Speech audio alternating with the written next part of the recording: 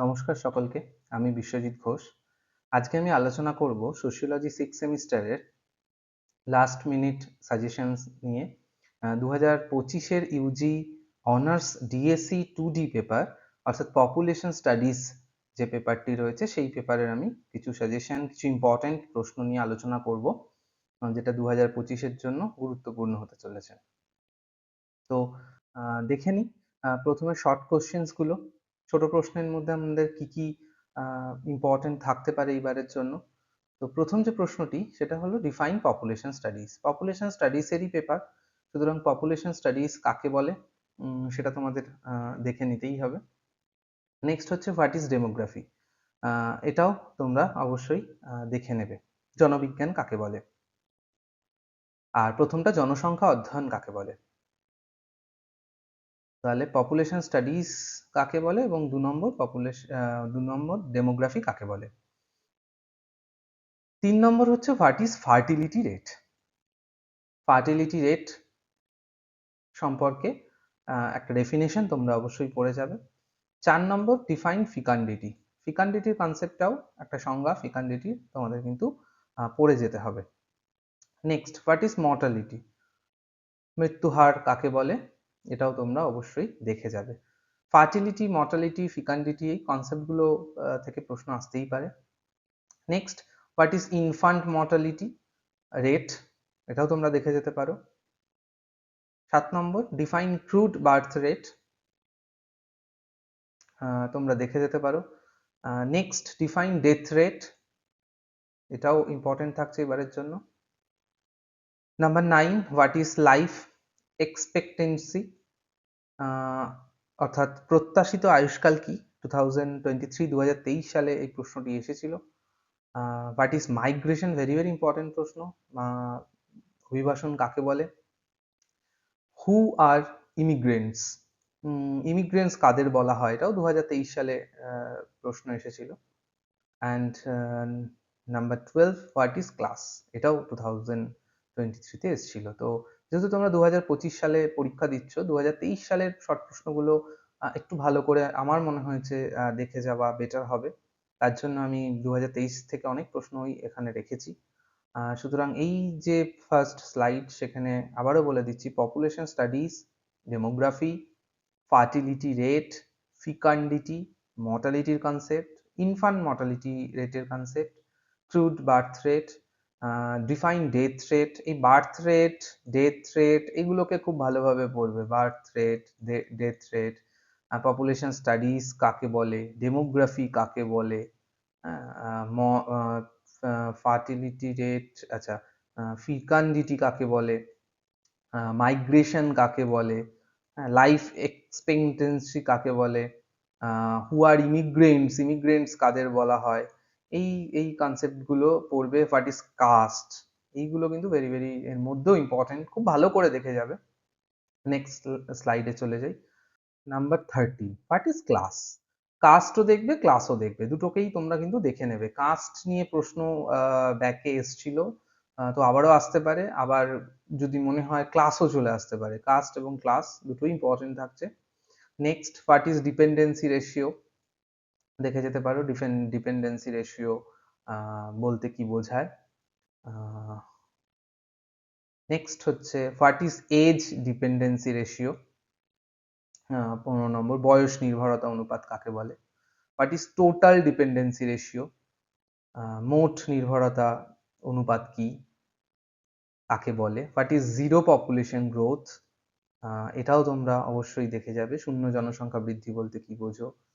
Define optimum population, optimum population বলতে সর্বোত্তম জনসংখ্যা নির্ধারণ বলতে কি বোঝো। হোয়াট ইজ ওভার পপুলেশন, অতিরিক্ত জনসংখ্যা বলতে কি বোঝো। হোয়াট ইজ লাইফ টেবিল, এটাও প্রিভিয়াস এসেছিল। ডিফাইন কোহর্ট, প্রিভিয়াস ইয়ারগুলোতে এসেছিল, এবারেও আসতেই পারে। What is population explosion, population explosion বলতে কি বোঝো, জনবিস্ফোরণ বলতে কি বোঝো। এবং finally 23 an essay on the principal of population, এটাও লাস্ট ইয়ারের প্রশ্নতে এসেছিল। হু রোট দ্য বুক, এই গ্রন্থটি কার লেখা। সুতরাং এই যে স্লাইড, এই স্লাইড থেকে তোমরা অবশ্যই কিন্তু এই what is class, what is dependency ratio, এগুলো খুব ভালো করে দেখে যাবে। What is age dependency ratio, what is total dependency ratio, এগুলো থেকে কিন্তু প্রশ্ন আসতেই পারে। অপটিমাম পপুলেশনটা ভালোভাবে দেখবে, ওভার পপুলেশনটা ভালো করে দেখবে, কোহর্টটা অনেকবার এসছে প্রিভিয়াসে, এটা ভালো করে দেখে যাবে। এই প্রশ্নগুলো কিন্তু খুব ইম্পর্টেন্ট থাকছে ওভারঅল। এছাড়াও তোমরা গ্রন্থ, শুধু একটা গ্রন্থই নয়, আমি প্রিভিয়াসে একটা গ্রন্থ এসেছিল তার জন্য একটা গ্রন্থ এখানে দিয়েছি, বাট এছাড়াও তোমাদের এর আগের পেপারেও আমি বলেছিলাম যে তোমাদের দেখবে রেফারেন্সে তোমাদের যে সিলেবাস রয়েছে সেখানে আরো কিছু বই কিন্তু দেওয়া রয়েছে, সেগুলোও কিন্তু একটুখানি চোখ বুলিয়ে যাবে। কারণ এই বইয়ের নাম দিয়ে লেখক মানে বইয়ের নাম দিয়ে দিল, লেখকের নাম লিখতে দিল, এরকমটা কিন্তু আসেই। আবার লেখকের নাম দিয়ে দিল, তার একটি বইয়ের নাম লেখো, এরকম ধরনেরও প্রশ্ন আসে। তো এই ওভারঅল গেল শর্ট প্রশ্ন নিয়ে আলোচনা। এবার আমি ব্রড এ আসি, বড় প্রশ্নতে আসি। 5 এবং 10 তোমাদের থাকে। আমি ইকোনমিক সোশিওলজির প্রশ্ন নিয়েও আলোচনা করব নেক্সট, এবং আমি অলরেডি অ্যাগ্রেরিয়ান সোশিওলজি নিয়ে ভিডিও করেছি, ইম্পর্টেন্ট গুলো বলে দিয়েছি।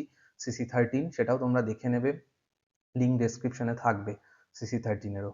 তো চলো এবার 5 এবং 10 মার্কস নিয়ে আমরা আলোচনা করি। প্রথম যে আমি রেখেছি প্রশ্নটা, সেটা হচ্ছে write a note on scope of population studies, অর্থাৎ জনসংখ্যা অধ্যয়নের যে পরিধি, জনসংখ্যা অধ্যয়ন নিয়েই যেহেতু পেপার, সবসময় তোমাদের যা পেপার থাকবে তার স্কোপ সাবজেক্ট ম্যাটারটা অন্তত দেখে যাবে, কনসেপ্টটা তো ক্লিয়ার করতে হবে বিষয়টা সম্পর্কে। তো আমার মনে হয়েছে তাই স্কোপ অফ পপুলেশন স্টাডিজ খুব ভালোভাবে তোমরা এটা পড়ে যাবে। Next, what is the relationship between sociology and demography. দেখবে তোমাদের প্রথম দিকে সিলেবাসে সোশিওলজি এবং ডেমোগ্রাফি দিয়ে সিলেবাসেই রয়েছে কনসেপ্টটা, তার জন্য রিলেশনশিপ দুটোর খুব ভালোভাবে পড়ে যাবে। জনবিজ্ঞান এবং সমাজতত্ত্বের যে সম্পর্ক সেটা কিন্তু ভালোভাবে দেখে নেবে। মেরিটস ডিমেরিটস দুটোই কিন্তু ভালো করে দেখে নেবে, কি আসে তো বলা যায় না। তো এই দুটো খুব ভালোভাবে দেখবে অবশ্যই, স্কোপ সাবজেক্ট ম্যাটারটা দেখবে, আর এই সোশিওলজি ডেমোগ্রাফির রিলেশনশিপটা দেখবে। Discuss the population growth in India, population যে গ্রোথ রয়েছে, ভারতের জনসংখ্যা বৃদ্ধির ওপর একটা টিকা তোমরা দেখে যেতে পারো, এটাও খুব ভালোভাবে দেখে যাবে।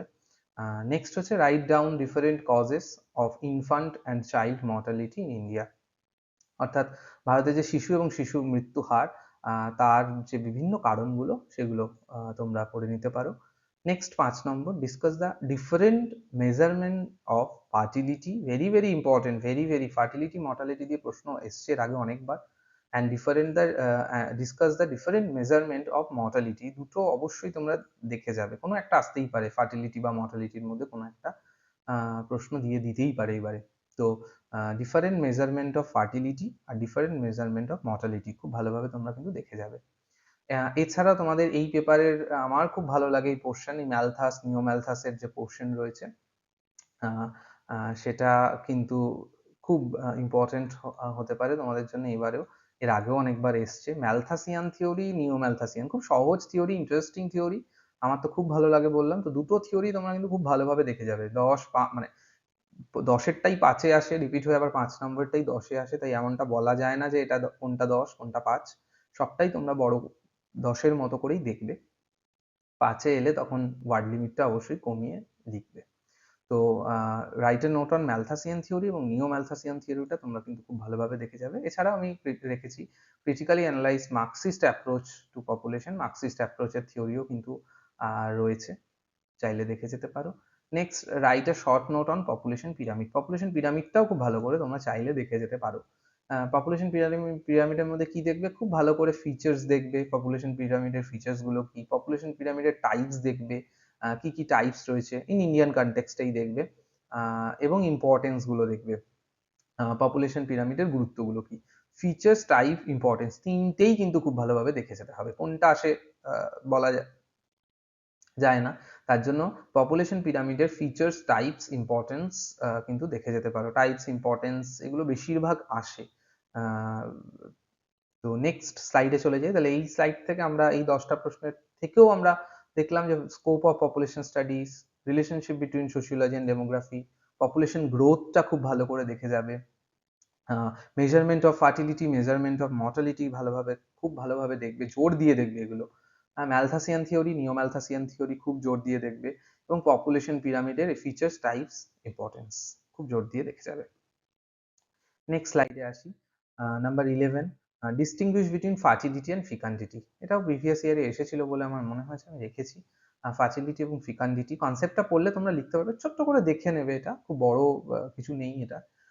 নেক্সট হচ্ছে মাইগ্রেশন। মাইগ্রেশন আরেকটা খুব পার্ট এবং ইজি পার্ট, খুব কঠিন পার্ট নয়। তাই আমার মনে হচ্ছে এই 12 discuss the factors of migration. মাইগ্রেশনের দুটো ফ্যাক্টরস আছে, পুশ ফ্যাক্টর এবং পুল ফ্যাক্টর, খুব ভালোভাবে তোমরা দেখবে। Discuss the types of migration, খুব ভালোভাবে তোমরা দেখবে টাইপস অফ মাইগ্রেশন, এবং discuss the consequences of migration, অর্থাৎ মাইগ্রেশনের কিন্তু ফলাফলগুলো আলোচনা করো। তার মানে মাইগ্রেশনের টাইপস, মাইগ্রেশনের ফলাফল এবং মাইগ্রেশনের কিন্তু ফ্যাক্টরস গুলো কিন্তু সম্পর্কে তিনটেই খুব ভালোভাবে পড়বে। Very very important. মাইগ্রেশন থেকে প্রশ্ন প্রত্যেকবারই মোটামুটি দেয়, তো এবারও দিতে পারে। তার জন্য ফ্যাক্টরস, টাইপস অ্যান্ড কনসিকুয়েন্সেস, অর্থাৎ কারণগুলো, তার শ্রেণীবিভাগগুলো মাইগ্রেশনের, এবং ফলাফল, এই তিনটে খুব ভালোভাবে পড়ে যাবে। এছাড়াও আরো কিছু থিওরির মধ্যে আরেকটি theory, demographic transition theory, in Indian পার্সপেক্টিভে দেখে যেতে পারো। Number 15, number 16, difference between de facto and de jure. এটাও আমি এটাও প্রিভিয়াসে এসেছিল। ডি ফ্যাক্টো ডি জুরের যে কনসেপ্ট, সেটাও তোমরা দেখে যেতে পারো। তোমরা চাইলে নয় ট্রানজিশন থিওরিটা দেখতে পারো খুব ভালোভাবে, বা ডি ফ্যাক্টো ডি জুর দেখতে পারো। এই দুটো মধ্যে কোনো একটাও খুব ভালোভাবে দেখে যেতে পারো। এছাড়াও causes of population explosion in India, population এক্সপ্লোশনের যে কজেস গুলো, যে কারণগুলো রয়েছে, সেটা তোমরা দেখে যেতে পারো। Discuss the consequences of population explosion in India, population এক্সপ্লোশনের ফলাফলগুলো দেখে যেতে পারো। তো তিনটে থিওরি খুব ইম্পর্টেন্ট আমার মনে হচ্ছে, ট্রানজিশন থিওরি বা পপুলেশন এক্সপ্লোশন, কোনো একটা দিতেই পারে। হ্যাঁ, তো খুব ভালোভাবে দেখে নেবে। আবারও বলছি, ডেমোগ্রাফিক ট্রানজিশন থিওরি, পপুলেশন এক্সপ্লোশনের কজেস, কনসিকুয়েন্সেস, সবটাই দেখে নেবে, কজেস এবং কনসিকুয়েন্সেস। এছাড়াও ফাইনালি তোমাদের যেটা রয়েছে যে পপুলেশন পলিসি গুলো। তো এর আগে প্রশ্ন এসছে যে critically analysis population policy in India after independence. স্বাধীনতার পরবর্তী ভারতবর্ষে যে পপুলেশন পলিসি রয়েছে সেগুলো নিয়ে, তার মধ্যে 2000টা খুব ইম্পর্টেন্ট আমার মনে হয়েছে। তো 2000-এর যে পলিসিগুলো রয়েছে সেগুলো তোমরা দেখে যেতে পারো। এছাড়াও পপুলেশন পলিসির যে ফেলিওর, ব্যর্থতা, discuss the failure of population policy in India, অর্থাৎ পপুলেশন পলিসির যে ব্যর্থতার কারণ, সেই ব্যর্থতার কারণগুলো তোমরা চাইলে দেখে যেতে পারো। তো এই দুটো প্রশ্ন পপুলেশন পলিসি থেকে আমার মনে হয়েছে খুব ভালোভাবে তোমরা কিন্তু দেখে যাবে। Population policy in India after independence এবং পপুলেশন পলিসি ফেলিওর গুলো তোমরা চাইলে দেখে যেতে পারো। এই হলো আমাদের আলোচনা শর্ট এবং ব্রড প্রশ্ন নিয়ে। ছোট প্রশ্নের মধ্যে আমি 23টা প্রশ্ন তোমাদের জন্য রেখেছি, দেখে যাবে। এবং বড় প্রশ্নের মধ্যেও 20টা প্রশ্ন আমি রেখেছি, তার মধ্যে আমি বলে দিলাম যে খুব বেশি জোর দিয়ে কোনগুলোকে দেখবে। তো আশা করি তোমাদের সকলের পরীক্ষা খুব ভালো হোক, খুব ভালো করে তোমরা দাও, প্রশ্ন বুঝে তোমরা অ্যান্সার করো অবশ্যই। যে কোনো হেল্প লাগলে আমার সাথে কন্ট্যাক্ট করতে পারো তোমরা। কোনো নোটস দরকার হলে, কোনো বিষয় যদি বুঝতে হয়, তাহলে আমাকে নির্দ্বিধায় হোয়াটসঅ্যাপ করতে পারো। আমার হোয়াটসঅ্যাপ নাম্বার ডেসক্রিপশনে দেওয়া থাকবে, বা আমি আরেকবার বলেও দিচ্ছি, 8296601618। আমাকে তোমরা চাইলে ইমেলও করতে পারো, যে কোনো সমস্যা নিয়ে তোমরা আমাকে মেলও করতে পারো। তো দেখা হচ্ছে নেক্সট ভিডিওতে। তোমরা চাইলে, যদি ভালো লাগে আমার ভিডিওগুলো, তাহলে লাইক করে দিও। এই লাইক এবং যারা সাবস্ক্রাইব এখনো করোনি তারা করে রেখো। আগামী দিন আরো অনেক ভিডিও আমি আনবো, বিভিন্ন বিষয় টপিক নিয়ে সোশিওলজির আলোচনা করব। আমি ইন্সপায়ার হব তোমরা প্রত্যেকে যদি আমার পাশে থাকো। দেখা হচ্ছে নেক্সট ভিডিওতে। ধন্যবাদ সকলকে।